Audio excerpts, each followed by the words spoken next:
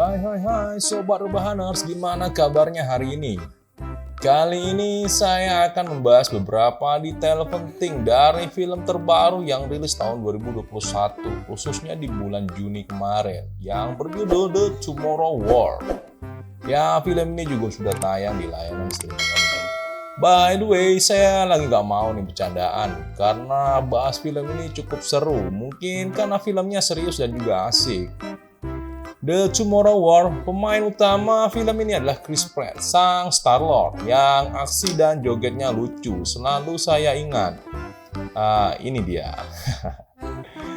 Setelah sukses pada film besar seperti The Guardian Galaxy Jurassic World, kali ini ia dipercaya untuk memerankan tokoh utama dari film The Tomorrow War, sebuah film bergenre fiksi ilmiah punya Amazon Studio.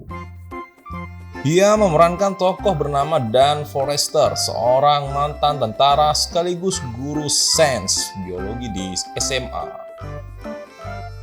Oh iya, saya ingetin seluruh konten ini adalah spoiler ya. Tapi tenang aja, bukan spoiler final Piala Dunia tahun 2022 di Qatar. Kayak di film The Tomorrow War ini. Asli, spoiler banget cuk filmnya cuk. Brazil masuk final di filmnya nih. Lihat aja sendiri.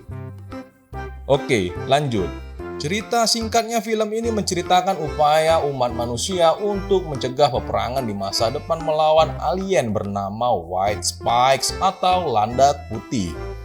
Aliansi pemerintahan dunia dipimpin sekelompok tentara masa depan yang kembali ke tahun 2022 merekrut tentara sipil untuk pergi ke masa depan melakukan peperangan melawan alien tersebut di tahun 2051. Ya, benar saja, si Dan Forrester atau sang Star-Lord ini juga adalah anggota salah satunya yang direkrut oleh tentara masa depan. Oke, karena saya nggak mau spoiler di awal, mending kita breakdown detail-detail penting dalam film ini aja ya.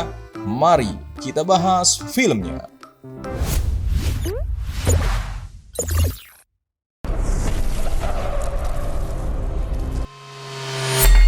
Detail penting yang pertama adalah cara kerja mesin waktu atau disebut dalam film ini adalah Jamling.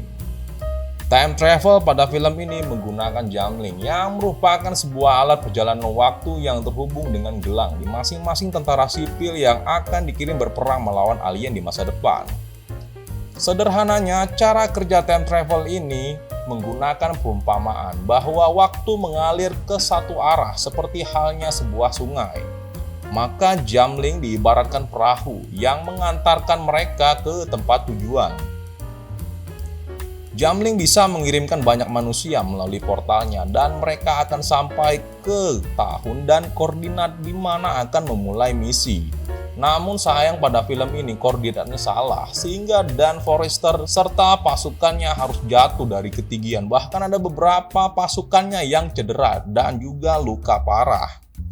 Untuk kembali ke tahun awal time travel mereka, Jamling membuka portal dengan waktu yang sudah ditentukan setiap misinya.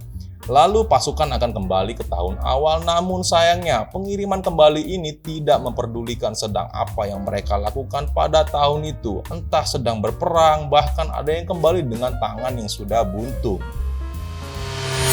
Detail yang kedua adalah hanya tentara sipil berusia 40 tahun yang dapat melakukan time travel. Oke, berikutnya ini jangan di skip ya. Fakta menarik lainnya adalah ketika saat briefing keberangkatan, di mana rekan satu tim Dan Forrester bernama Charlie mencoba menganalisis cara kerja Jamling berdasarkan usia pasukan yang dikirim ke masa depan. Nah, ini dia jawabannya. Adalah karena mereka sendiri sudah mati di tahun 2051. Oke, jadi begini. Pertama, menurut penjelasannya mereka tidak bisa pergi lebih dari 30 tahun kemudian. Artinya mereka tidak bisa pergi ke selain tahun 2051. Karena fakta pada film ini menjelaskan bahwa pasukan yang tewas di tahun 2051 adalah mereka yang berangkat pada hari tersebut. Sementara para tentara masa depan yang melatih mereka di tahun saat ini 2022 belum lahir. Hal ini dilakukan untuk menghindari sebuah paradoks waktu di mana tidak akan ada pasukan yang bertemu dengan diri mereka sendiri dan tidak akan ada yang lari menuju masa lalu mereka. Atau ada teori yang kedua, mengatakan mengapa tentara masa depan hanya merekrut tentara sipil berusia 40 tahun.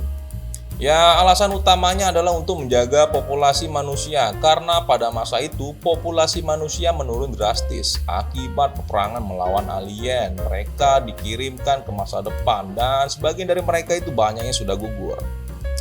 Ya, bisa saja karena tentara masa depan yang melatih pasukan Dan Forrester adalah anak dari manusia di bumi tahun 2022 yang berusia 40 tahun ke bawah. Ya, itu bisa saja ya, cuma argumen menurut saya.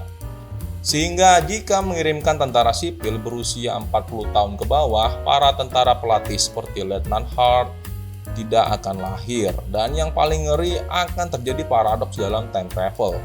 Analogi singkatnya, bayangin aja, ketika mereka mengirimkan tentara sipil ke masa depan yang ternyata itu adalah calon ibu dan ayahnya sendiri yang akan pergi berperang di tahun 2051. Ketika pulang ternyata calon ibu dan ayahnya gugur. Nah loh, pasukan masa depan yang di tahun 2022 bakal gimana tuh? Ngilang sendiri kah setelah calon ibu dan ayahnya gugur? Detail yang ketiga adalah Murray Forrester mengirimkan ayahnya ke masa depan. Nah, ini salah satu hal unik lainnya pada film ini. Hipotesis saya mengatakan bahwa yang mengirimkan Dan Forrester adalah anaknya sendiri bernama Murray Forrester yang di tahun 2051 merupakan seorang kolonel dan saintis cerdas. Gimana? Kok bisa? Setelah misi penyelamatan di Miami, Dan Forrester bertemu dengan putrinya yang sekarang sudah dewasa menjadi kolonel perang. Lalu disinilah letak alasan kenapa Murray Forrester mengirim ayahnya ke masa depan dengan dua alasan, yaitu pertama, Murray ingin melihat ayahnya ketika masih menjadi pahlawan bagi Murray kecil.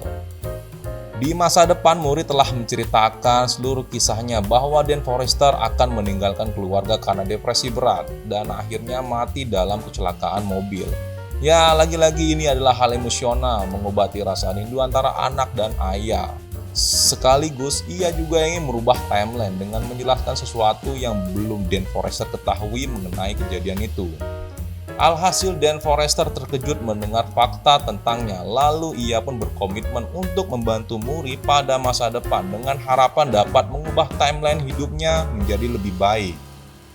Yang kedua adalah hanya Dan Forrester yang Murray percaya sebagai saintis dan pejuang yang gigih untuk menyelesaikan peperangan ini.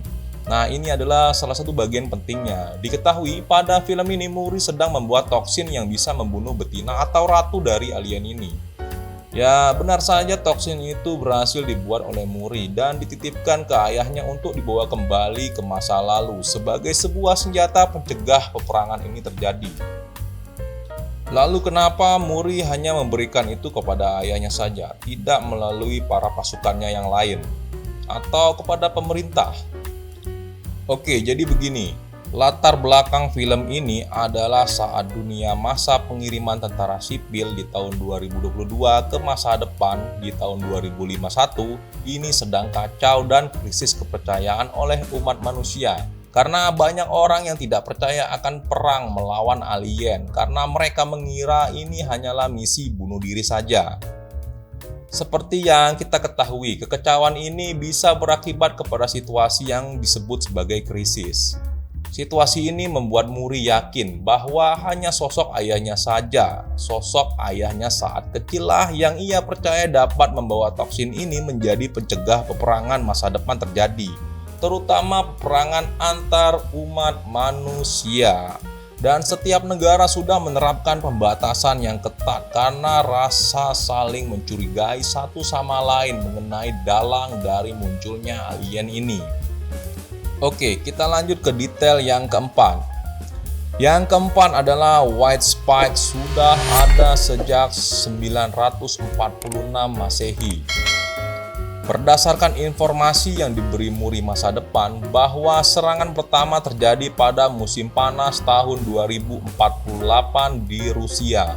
Tetapi serangan awal tersebut tidak pernah ditemukan penyebabnya.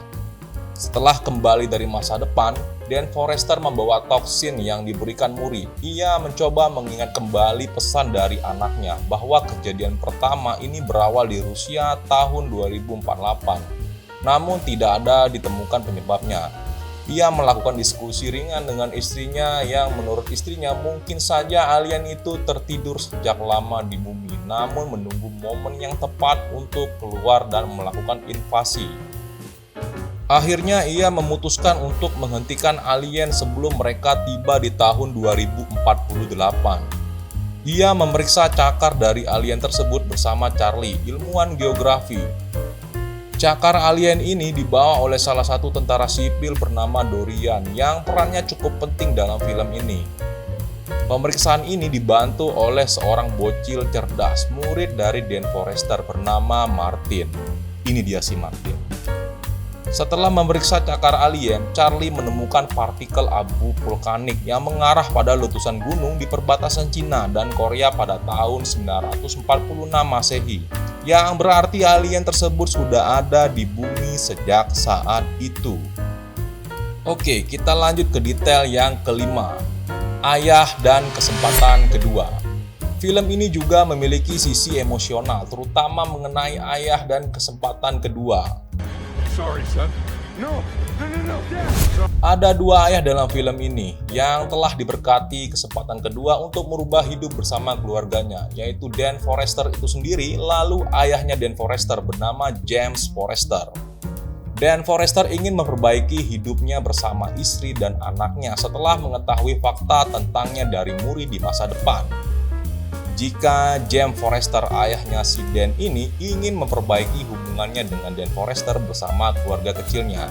Karena pada masa lalu, pada masa mudanya dulu, ayahnya Dan Forrester telah meninggalkan Dan Forrester bersama ibunya sampai ibunya meninggal dunia. Jadi kedua tokoh ayah ini mendapatkan kesempatan kedua ketika berhasil mengalahkan alien White Spikes di pegunungan Rusia bersama timnya.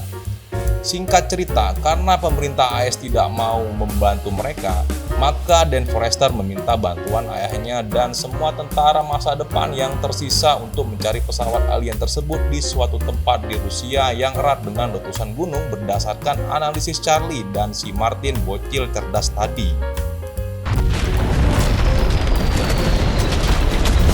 Mereka akhirnya menemukan pesawat alien di sebuah gletser raksasa dan meledakkannya, tetapi Ratu White Spike berhasil melarikan diri. Dan ayahnya melacak sang ratu, serta setelah mereka bertarung di salju, akhirnya Dan Forrester bisa menyuntikkan dengan racun dan memusnahkan sumber spesies alien White Spikes pada masa depan.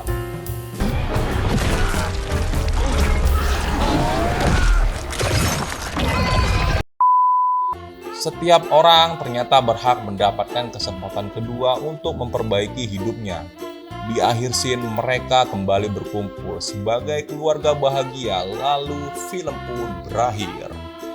Oke, itu dia singkat breakdown dari ending film The Tomorrow War. Film ini sangat menarik karena menyajikan sinematografi yang tidak murahan, meskipun dengan alur cerita yang kurang bumbu actionnya.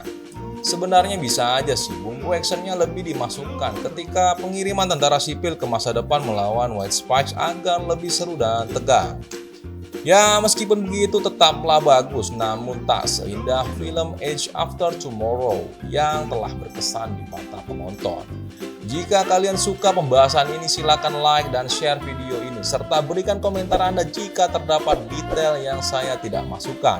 Akhir kata saya mohon maaf jika ada kesalahan dan kekeliruan. Sampai jumpa, salam cocok tanam. Jangan lupa subscribe.